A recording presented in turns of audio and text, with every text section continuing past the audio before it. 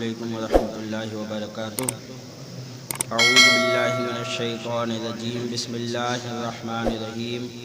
فلا اقسم بمواقع النجوم وانہ لقسم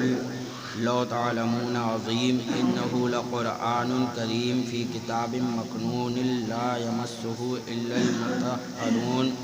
تنزیل من رب العالمین۔ افبہذا الحدیث انتم مدہنون وتجعلون رزقکم انکم تکذبون،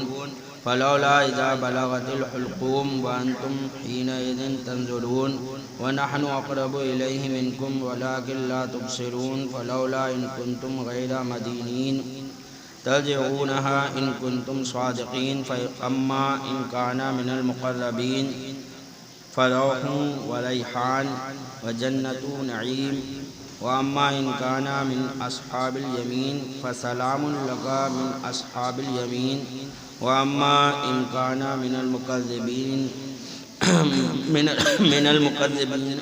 الضالین فنزل من حمیم وتصلیۃ جحیم، ان ھذا لہو حق الیقین، فسبح باسم ربک العظیم۔ اللہ تبارک و تعالی ارشاد فرماتا ہے، تو مجھے قسم ہے ان جگہوں کی جہاں تارے ڈوبتے ہیں، اور تم سمجھو تو یہ بڑی قسم ہے۔ بے شک یہ عزت والا قرآن ہے، محفوظ نوشتہ میں اسے نہ چھوئیں مگر باوضو، اتارا ہوا ہے سارے جہان کے رب کا۔ تو کیا اس بات میں تم سستی کرتے ہو اور اپنا حصہ یہ رکھتے ہو کہ جھٹلاتے ہو؟ یعنی قرآن کو نہیں مانتے اور قرآن کو اللہ کا کلام نہیں کہتے، اسے جھٹلاتے ہو۔ حضرت حسن رضی اللہ تعالیٰ عنہ نے فرمایا، وہ بندہ بڑے ٹوٹے میں ہے جس کا حصہ کتاب اللہ کی تکذیب ہو، یعنی جو اللہ کے کلام کو جھٹلائے، کہے یہ خدا کا کلام نہیں ہے۔ پھر کیوں نہ ہو جب جان گلے تک پہنچے اور تم اس وقت دیکھ رہے ہو، اور ہم اس کے زیادہ پاس ہیں تم سے مگر تمہیں نگاہ نہیں، یعنی جب جان گلے میں ہو تو اس وقت بالکل جان جاؤ گے کہ حق کیا ہے۔ حدیث میں آیا ہے کہ مرنے والا جب مرتا ہے اور جب جان حلق میں آ جاتی ہے تو اس وقت وہ فرشتوں کو دیکھ لیتا ہے، فرشتے، موت کے فرشتے اس کو نظر آ جاتے ہیں، اور وہ جان جاتا ہے کہ اسلام حق ہے۔ وہ یہ جان جاتا ہے کہ اسلام حق ہے، اسی لیے اس وقت اگر اس نے کلمہ پڑھا تو وہ کلمہ پڑھنا اس کا معتبر نہ ہوگا، کیونکہ ایمان بے دیکھے کا ہے، اور اب جو ہے یہ دیکھ کر ایمان لا رہا ہے۔ تو اس وقت اللہ تعالیٰ فرماتا ہے کہ جب جان گلے تک پہنچے اور تم اس وقت دیکھ رہے ہو اور ہم اس کے زیادہ پاس ہیں تم سے مگر تمہیں نگاہ نہیں، تو کیوں نہ ہوا اگر تمہیں بدلہ ملنا نہیں کہ اسے لوٹا لاتے اگر تم سچے ہو۔ یعنی تم یہ کہتے ہو کہ یہ اللہ کا کلام نہیں، مرنے کے بعد دوبارہ زندہ نہیں ہونا ہے، یہ سب کچھ نہیں ہے، تو تم سے کیوں نہیں ہو سکا کہ جب جان اس کی نکل رہی تھی، حلق میں اٹک رہی تھی، تو اسی وقت روک لیتے، اپنی طاقت سے اسے روک کر دکھاتے؟ تو ایسا نہیں کر سکے تم۔ پھر وہ مرنے والا اگر مقربوں میں سے ہے تو راحت ہے اور پھول، یعنی جو مر رہا ہے جب جان حلق میں اٹکتی ہے تو وہ دیکھ لیتا ہے فرشتوں کو، اگر ایمان والا ہے تو رحمت کے فرشتے، اور بے ایمان ہے تو عذاب کے فرشتے۔ تو اللہ فرماتا ہے تو اس کے لیے راحت ہے، یعنی اگر ایمان والا ہے تو اس کے لیے راحت ہے اور پھول۔ ابو العالیہ نے کہا کہ مقربین سے جو کوئی دنیا سے مفارقت کرتا ہے اس کے پاس جنت کے پھولوں کی ڈالی لائی جاتی ہے، یعنی جب کوئی ایمان والا مرتا ہے، مقرب اللہ کا بندہ مرتا ہے، تو جنت کے پھول کی ڈالی اس کے پاس لے کر فرشتے آتے ہیں، اس کی خوشبو لیتا ہے تب روح قبض ہوتی ہے۔ پہلے وہ جو ہے جنت کی پھول کی خوشبو سونگھتا ہے، اس کے بعد اس کی روح قبض ہوتی ہے۔ تو فرمایا تو راحت ہے اور پھول اور چین کے باغ، اور اگر دہنی طرف والوں سے ہو تو اے محبوب تم پر سلام ہو دہنی طرف والوں سے، یعنی اگر دہنی طرف والا ہے تو وہ آپ کو سلام کریں گے، ان کا وہی حشر ہوگا اے محبوب جیسا آپ چاہتے ہو، جو آپ کو پسند ہے، یعنی آپ یہی چاہتے ہو کہ میرے امتی جنت میں جائیں تو وہ لوگ جنت میں ہی جائیں گے دہنی طرف والوں سے۔ اور اگر جھٹلانے والے گمراہوں میں سے ہو تو اس کی مہمانی کھولتا پانی اور بھڑکتی آگ میں دھسانا، یہ بے شک اعلیٰ درجے کی یقینی بات ہے۔ تو اے محبوب تم اپنے عظمت والے رب کے نام کی پاکی بولو۔ بسم اللہ الرحمن الرحیم، سبح للہ ما فی السماوات والارض وہو العزیز الحکیم، لہ ملک السماوات والارض یحیی ویمیت وہو علی کل شیء قدیر، هو الاول والآخر والظاہر والباطن وہو بکل شیء علیم، هو الذی خلق السماوات والارض فی ستۃ ایام ثم استوی علی العرش،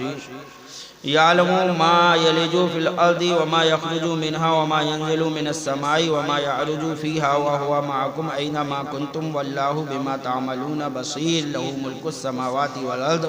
وإلی اللہ ترجع الامور، یولج اللیل فی النہار ویولج النہار فی اللیل وہو علیم بذات الصدور۔ یہ سورہ حدید ہے، اللہ کے نام سے شروع جو نہایت مہربان رحم والا۔ اللہ کی پاکی بولتا ہے جو کچھ آسمان اور زمین میں ہے، جو کچھ بھی ہے چاہے وہ جاندار چیز ہو یا بے جان، ہر چیز اللہ کی پاکی بولتی ہے، اللہ کی تسبیح بیان کرتی ہے۔ پتھر ہوں، چرند ہوں، پرند ہوں، پیڑ ہوں، پودے ہوں، ہر چیز اللہ کی پاکی بولتی ہے۔ یہاں تک کہ روایتوں میں آیا ہے کہ وہ پتا جب تک اللہ کی پاکی، پیڑ کا پتا اللہ کی تسبیح بیان کرتا رہتا ہے ہرا رہتا ہے، اور جب اللہ کی تسبیح بیان کرنا چھوڑتا ہے تبھی سوکھ کر جھڑ جاتا ہے۔ تو اللہ کی پاکی بولتا ہے جو کچھ آسمان اور زمین میں ہے، اور وہی عزت و حکمت والا ہے، اسی کے لیے ہے آسمانوں اور زمین کی سلطنت۔ حقیقت میں تمام سلطنتیں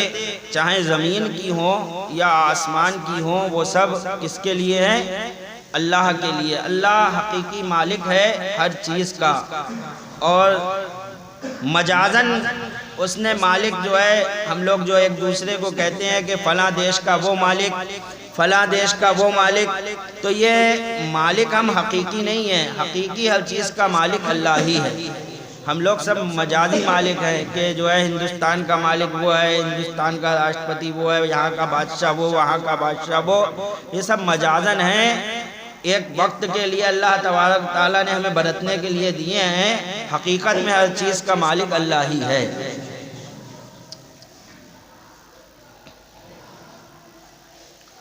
تو فرماتا ہے کہ اسی کے لیے ہے آسمانوں اور زمین کی سلطنت، جلاتا ہے اور مارتا ہے، وہی زندہ کرتا ہے اور وہی مارتا ہے، اور وہ سب کچھ کر سکتا ہے۔ اللہ سب کچھ کر سکتا ہے، کچھ اس کی قدرت سے بعید نہیں۔ وہی اول،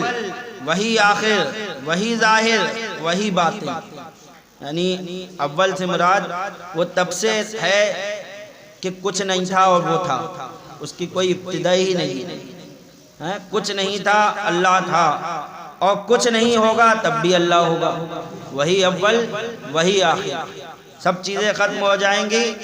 صرف اللہ ہی کی ذات رہ جائے گی، اور کچھ نہیں تھا تب بھی اللہ تھا۔ وہی اول، وہی آخر، وہی ظاہر، وہی باطن، اور وہی سب کچھ جانتا ہے۔ وہی ہے جس نے آسمان اور زمین 6 دن میں پیدا کیے، اگر چاہتا تو ایک لمحے میں پیدا کر دیتا، اس کی قدرت سے کوئی بعید نہیں۔ خود فرماتا ہے کہ تمہارے رب کو کسی چیز کو ظاہر کرنا مقصود ہوتا ہے، پیدا کرنا، تو بس فرماتا ہے کن ہو جا، اور وہ چیز ہو جاتی ہے، چاہے وہ کوئی بھی چیز ہو۔ تو 6 دن میں پیدا کرنا، اس سے پتہ چلا اللہ تبارک تعالیٰ چاہتا تو ایک دن میں بھی پیدا کر دیتا، ایک لمحے میں پیدا کر دیتا زمین و آسمان، لیکن 6 دن میں پیدا کیے، اس میں اس کی حکمت۔ تو اس کی مرضی ہے، وہ چاہتا چاہے جتنے دن میں پیدا کرے، لیکن کوئی یہ سوچے کہ 6 دن میں پیدا کرے، شاید 4 میں نہیں کر پاتا، 5 میں نہیں کر پاتا، تو یہ اس کی بے وقوفی ہے۔ اللہ کی مرضی ہے۔ وہابی دیوبندی ہم لوگ کہتے ہیں کہ اللہ تبارک و تعالی سے ڈائریکٹ مت مانگو، بلکہ اللہ والوں کے ذریعے مانگو، اللہ والوں کے ذریعے مانگو۔ ڈائریکٹ مانگنے سے بھی اللہ دیتا ہے، لیکن اللہ والوں کے ذریعے جلدی دیتا ہے۔ ڈائریکٹ مانگنا، ہم گناہ گار ہیں، سیاہ کار ہیں، خطا کار ہیں، ایک ڈائریکٹ ہم ماننا ہے، ایک اللہ کا مقرب بندہ کوئی کہے یا اللہ اس بندے کو دے دے، تو ہم سے جو ہے اللہ تبارک و تعالیٰ اپنے مقرب بندے کی جو ہے فوراً سنتا ہے۔ شیطان لعین، آپ اندازہ لگاؤ، شیطان لعین جو اللہ کا بڑا مقرب بندہ تھا، ایک جن تھا، اور فرشتے جو کہ معصوم ہوتے ہیں، جن سے گناہ ممکن ہی نہیں ہے، لیکن اس شیطان نے اتنی عبادت کی کہ یہ اللہ کا بڑا مقرب ہو گیا۔ فرشتے اس کے اوپر ناز کرنے لگے کہ جتنا مقرب یہ ہے اتنے تو ہم بھی نہیں۔ فرشتوں سے زیادہ اللہ کا مقرب بن گیا شیطان لعین، یہاں تک کہ جب لوح محفوظ پر یہ لکھا ہوا دیکھا کہ میرا ایک بندہ لاکھوں برس میری عبادت کرے گا اور میرا ایک کہنا نہ ماننے کی وجہ سے وہ مردود قرار دے دیا جائے گا، تو فرشتوں نے چاہتے تو ڈائریکٹ کہہ دیتے یا اللہ ہم میں سے کوئی نہ ہو، آخر وہ بھی معصوم بندے تھے، ان سے تو کوئی گناہ ہی نہیں ہوتا، لیکن انہوں نے بھی شیطان کو اپنا سفارشی بنا کر اللہ کی بارگاہ میں پیش کیا۔ اس وقت وہ شیطان نہیں تھا، کہیں صاحب سے شیطان کو فرشتوں نے بنایا، شیطان نہیں تھا وہ اس وقت، وہ اللہ کا بہت مقرب فرشتہ تھا، وہ فرشتہ نہیں تھا، بہت مقرب بندہ تھا، فرشتوں کے ساتھ رہتا تھا، تو گویا سمجھ لو فرشتوں میں ہی شمار ہو رہا تھا۔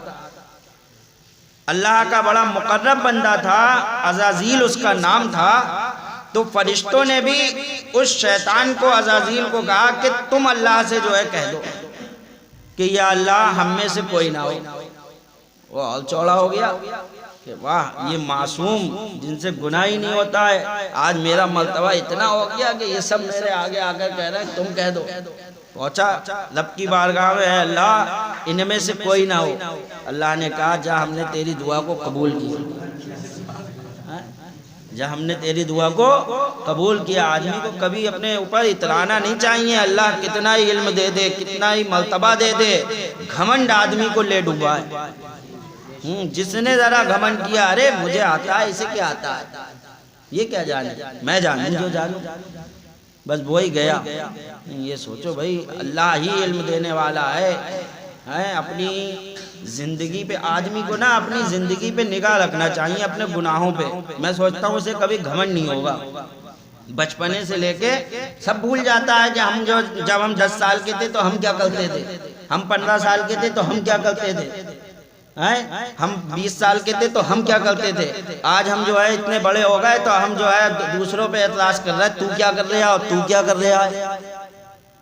کیا ہم اس عمر میں تھے، بچپنے کے عمر میں، کیا ہم جو ہے نماز کے لیے جاتے تھے؟ کیا ہم 20 سال کے تھے، کیا ہماری نمازیں قضا نہیں ہوئی؟ کیا ہم نے شروع سے نمازیں پڑھی ہیں پابندی سے؟ کیا ہماری قضا تو نہیں ہے کوئی؟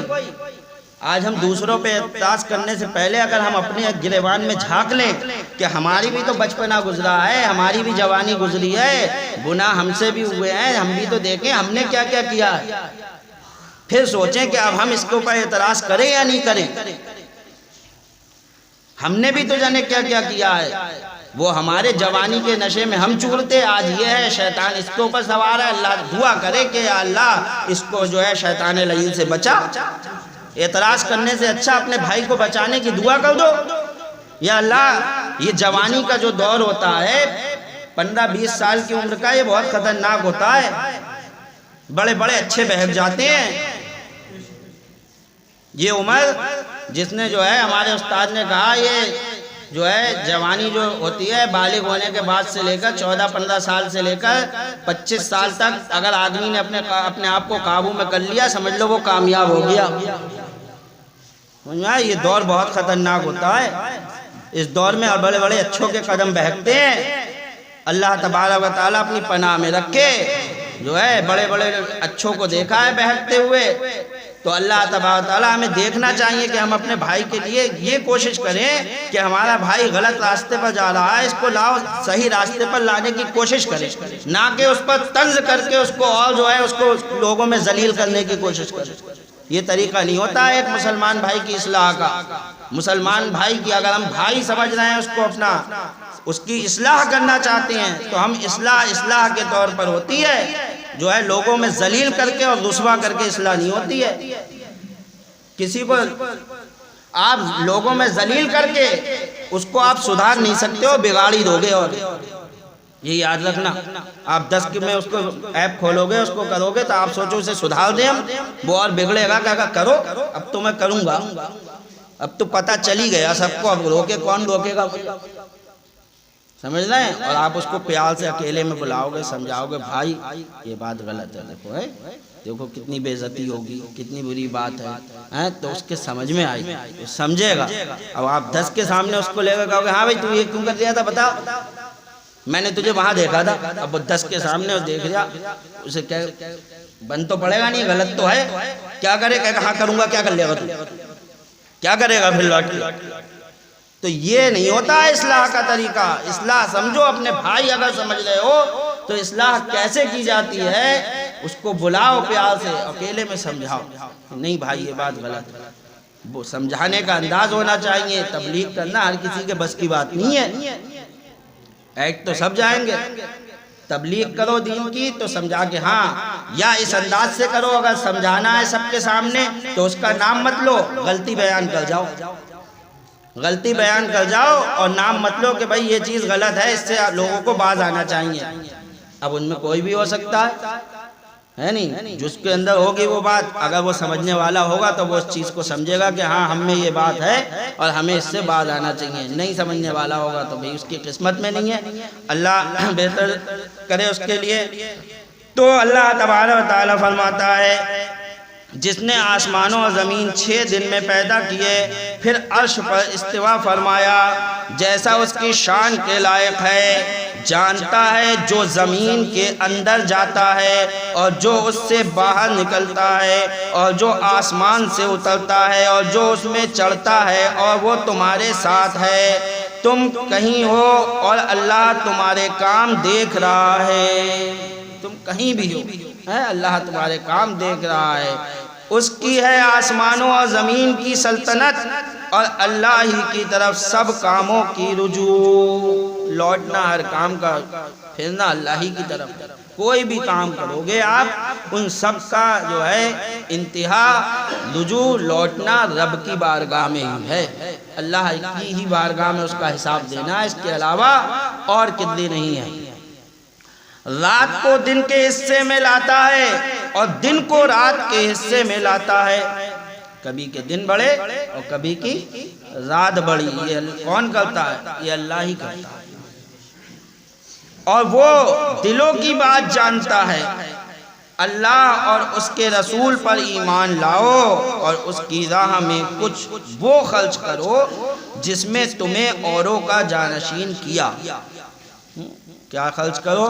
اللہ فرما رہا ہے میری راہ میں وہ خرچ کرو جس کا تمہیں اوروں کا جانشین کیا، یعنی یہ مال جو ہے، یہ مال یہ تمہارا نہیں ہے، اگر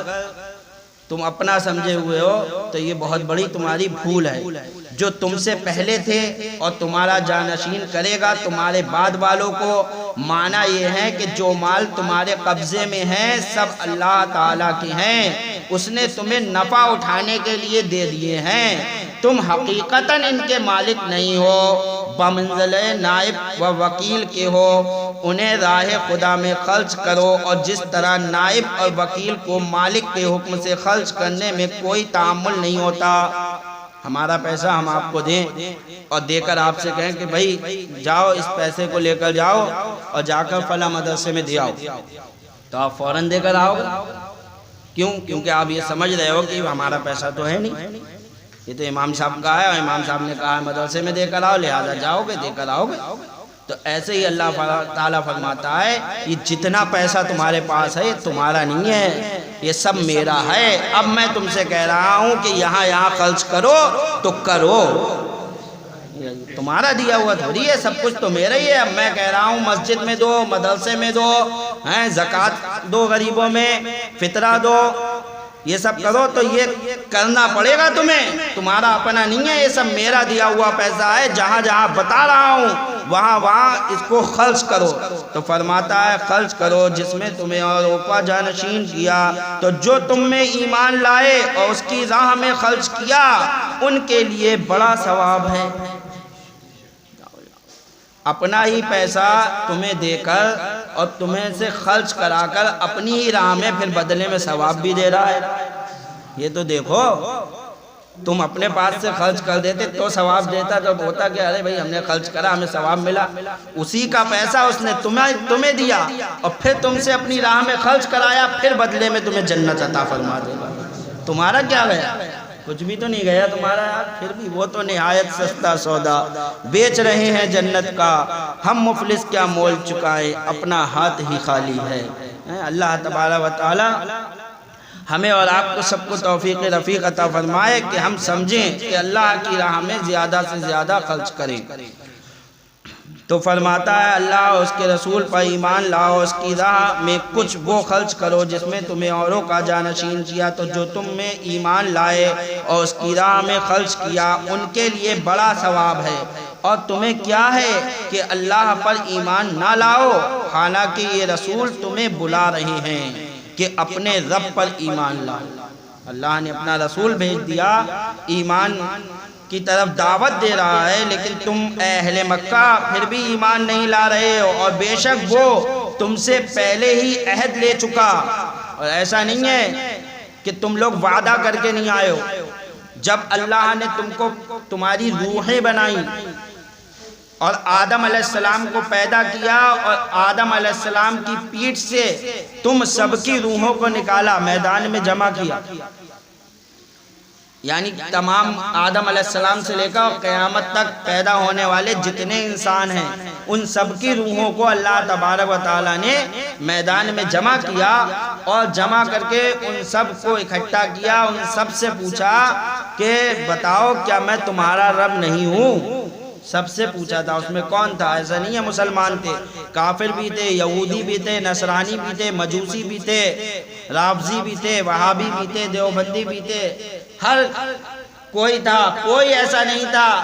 انسانوں میں جو نہ ہو۔ سب سے پوچھا کہ بتاؤ کیا میں تمہارا رب نہیں ہوں؟ سب نے کہا بلا، ہاں تو ہی ہمارا رب ہے۔ اس وقت سب نے اقرار کیا تھا، تو اس وقت کا اللہ تبارک و تعالی ذکر فرما رہا ہے کہ ہم نے تو تم سے اس بات کا وعدہ لے لیا تھا کہ تم دنیا میں جا کر مجھے ہی رب مانو گے، میری ہی پوجا کرو گے۔ اب دنیا میں آ کر پھر بھٹک گئے، اب بھٹک گئے، ہم نے پھر بھی تمہاری رہنمائی کے لیے، حالانکہ ہمارے اوپر واجب نہیں تھا کہ ہم کسی کو بھیجیں، ہم نے تو تم سے وعدہ لے لیا تھا، اب ہم پر واجب نہیں تھا کہ ہم کسی کو تمہیں سمجھانے بھیجے، تمہیں عقل سلیم عطا کی تھی، جانور نہیں بنایا تھا۔ اس عقل کے ذریعے حضرت امام اعظم فرماتے ہیں کہ اللہ اگر کسی رسول کو نہیں بھیجتا، کسی نبی کو نہیں بھیجتا، کسی پیغمبر کو نہیں بھیجتا، تب بھی انسانوں کے اوپر اتنا فرض تھا کہ وہ اللہ کو ایک مانے۔ کیوں؟ اس کے ذریعے، یہ جو دی تھی اللہ، اس کے ذریعے ان کو پر فرض تھا کہ نماز تو تمہارے اوپر فرض ہوتی نہیں ہوتی، کہ جب کوئی شریعت ہی نہیں تو فرض کیا، لیکن اتنا تمہارے لیے ضروری ہوتا کہ اللہ کو ایک مانو۔ تو اللہ کے اوپر فرض نہیں، واجب نہیں، کچھ نہیں کہ وہ تمہارے رہنمائی کے لیے کسی کو بھیجے، لیکن اس کا احسان مانو کہ تم اللہ کا وعدہ بھول گئے تو اس نے رسولوں کو بھیجا، اور وہ رسول آ کر تمہیں بتایا انہوں نے کہ اللہ ایک ہے، اس کی عبادت کرو، بتوں کی پوجا کو چھوڑو۔ تو یہ اس کا احسان ہے، اسی کا ذکر فرما رہا ہے۔ اپنے رب پر ایمان لاؤ، بے شک وہ تم سے پہلے ہی عہد لے چکا ہے۔ اگر تمہیں یقین ہو وہی ہے کہ اپنے بندے پر روشن آیتیں اتارتا ہے تاکہ تمہیں اندھیریوں سے اجالے کی طرف لے جائے، قرآن کی آیتیں اتارتا ہے، اور بے شک اللہ تم پر ضرور مہربان ہے۔ مہربانی تو ہے اللہ کی، وما علینا الا البلاغ، سنتیں پڑھ لیں۔